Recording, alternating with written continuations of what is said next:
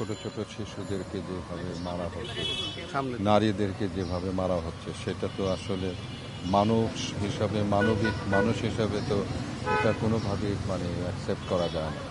তো সেই কারণের জন্যই আমরা চিন্তা করেছি যে এই জুলুম, এই অত্যাচার ইসরায়েল এবং মার্কিনীদের মিলিতভাবে যে প্রচেষ্টা, সেটা বন্ধ হোক। বন্ধ হওয়ার জন্যে আজকে আমরা এই রাস্তায় নেমেছি। তো রাস্তায় নেমেছি আজকে আমাদের এই সামান্য প্রচেষ্টার কারণেও যদি ওদের যদি টনক নড়ে, তাহলে আমরা মনে করব যে আমাদের এই কর্মফল আজকে আমাদের সার্থক হয়েছে। আপনি এই বর্বরিত হামলাকে কিভাবে ব্যাখ্যা করেন? আসলে বর্বরোচিত এই হামলাকে আসলে মানে ব্যাখ্যা করার মতো কোনো ইয়ে না।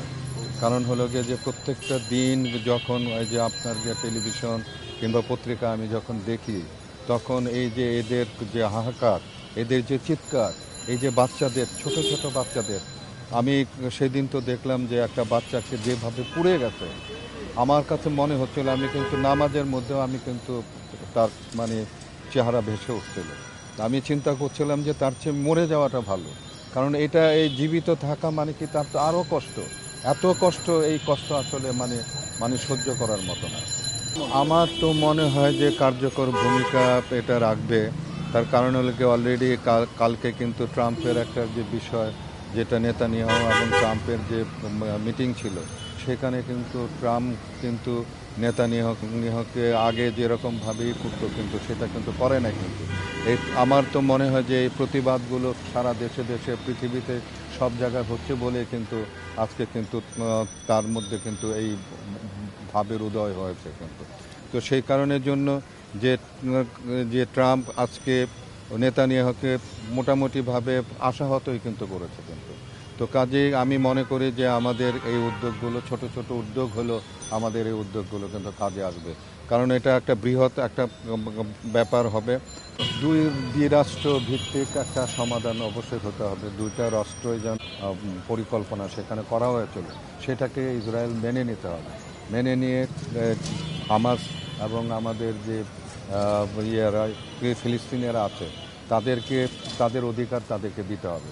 এটা না দেওয়া পর্যন্ত এই মানে এই বর্বরতা এগুলো কিন্তু থামবে। এই মুসলিম বিশ্বের যে নীরব অবস্থান এবং তারা শুধুমাত্র বিবৃতি নির্ভর যে অবস্থান, যে তাদের হাতে তেলের অস্ত্র আছে, বিভিন্ন সফট পাওয়ার আছে, এইসব ব্যবহার যে করছে না, এই সম্পর্কে আপনার ইয়ে কি? এই সম্পর্কে আসলে মানে অত্যন্ত দুঃখজনক। এইটা মানে বলার মতো তো আসলে কোনো কিছু নাই। কারণ হলো গিয়ে যে তারা তাদের সামর্থ্য থাকার পরেও কিন্তু তারা কিন্তু এগিয়ে আসছে না। তো এটা কিন্তু আসলে মানে একটা দুঃখজনক ব্যাপার। তারা যদি আগে আসতো, তারা যদি অন্তত মানে প্রতিবাদটা সেভাবে করতো এবং তারা সরাসরি সব প্রতিবাদটাও করতে পারত, কিন্তু তারা কিন্তু কোনো কিছুই করছে না। তো এটা অত্যন্ত দুঃখজনক। এটা মানে কেন যে মানে তারা এটা করছে না, এটা আমি আসলে বলতে পারছি না। এবং ওয়াইসি যে কার্যক্রম, সেটাও তো মানে দুঃখজনক যে ওয়াইসি এত বড় একটা অর্গানাইজেশন, সমস্ত মুসলিম রাষ্ট্রগুলো সেখানে জড়িত আছে, কিন্তু তাদেরও কিন্তু সেরকম ভূমিকা কিন্তু আমরা দেখছি না।